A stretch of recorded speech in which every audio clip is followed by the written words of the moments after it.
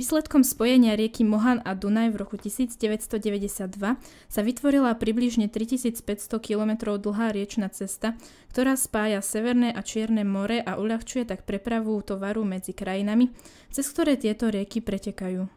Riečna cesta Rín-Mohan-Dunaj sa stala najvýznamnejšou európskou vodnou cestou, ktorá spája 12 európskych štátov a tými sú Holandsko, Belgicko, Francúzsko, Nemecko, Rakúsko, Slovensko, Maďarsko, Chorvátsko, Srbsko, Rumunsko, Bulharsko a Moldavsko.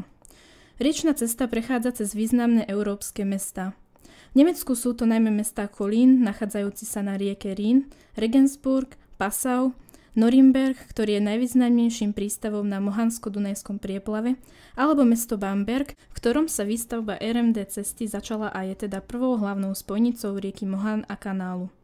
Rieka Dunaj spája hlavné mestá strednej a juhovýchodnej Európy ako Viedeň, Bratislava, Budapešť alebo Belehrad.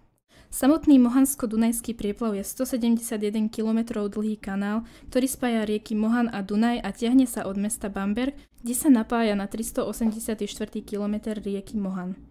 Kanál ďalej pokračuje cez mestá Norimberg, Hippolstein, Dietfurt až do mesta Kelheim, kde sa spája s Dunajom.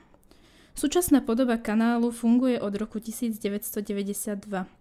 Jeho dôležitou funkciou je nielen hospodársky spojiť krajiny, cez ktoré rieky Mohan a Dunaj pretekajú, ale jeho miestny význam.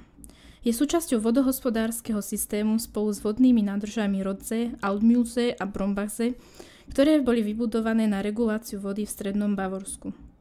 Vybudovaním tohto komplexu sa výrazne zvýšil význam cestovného ruchu v oblasti.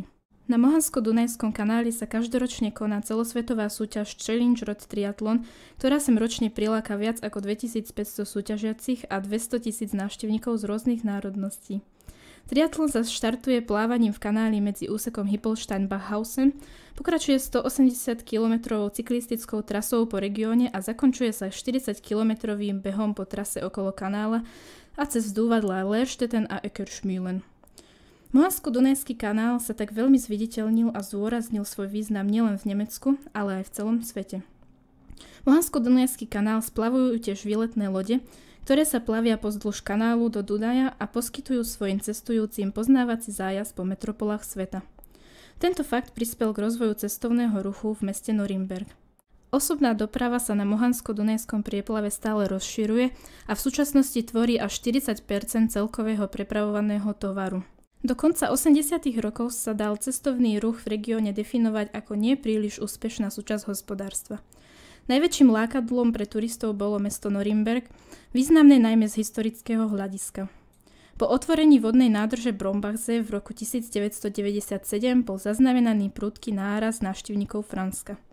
Ako uviedlo Bavorské ministerstvo hospodárstva vo svojej správe v roku 2007, už v roku 2001 Fransko lámalo rekordy v rámci Bavorska s počtom takmer 78,7 miliónov návštevníkov. Jedným z najvýznamnejších miest na kanáli je Norimberský prístav. Rozprestiera sa na 337 hektároch a je spolu s Bambergom, Erlangenom a Kelheimom dôležitým prístavom na kanáli. Norimbergu sa však preloží takmer dvakrát viac tovaru ročne ako v ostatných prístavoch. Prístav je v prevádzke od roku 1995 a je neodmysliteľnou časťou riečnej cesty Rín-Mohan-Dunaj. Z Norimberského prístavu vedie cyklotrasa po kanáli smerom na juh. Cesta prechádza cez stupne Aibach a Lerstetten, medzi ktorými sa nachádza pamätník Katzwanger Dammbruch. Tento pamätník bol vybudovaný ako spomienka na pretrhnutie hrádze kanála v roku 1979, ktoré si odnieslo jeden ľudský život a zapričinilo škodu viac ako 12 miliónov eur.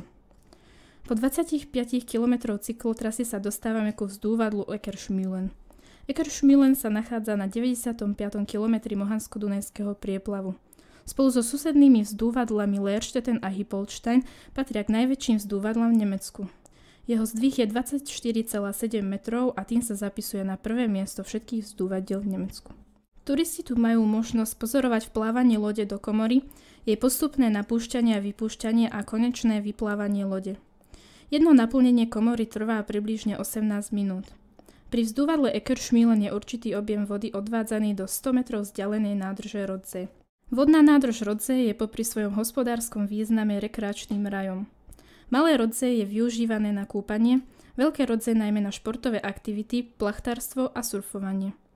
Na Rodzej sa nachádza novovybudovaná interaktívna stanica ochrany prírody, ktorá ponúka návštevníkom množstvo zaujímavou formou podávaných informácií o chránených druhoch a živočíchoch v oblasti. Ďalšou dôležitou súčasťou vodohospodárskeho systému je taktiež vodná nádrž Brombachsee.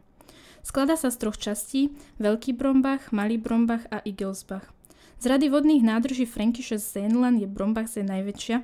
So svojou veľkosťou 12,3 km² sa približuje vodnej nádrži Domaša.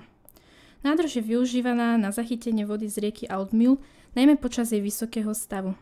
Okrem vodohospodárskeho využitia je nádrž veľmi lákavou dovolenkovou destináciou.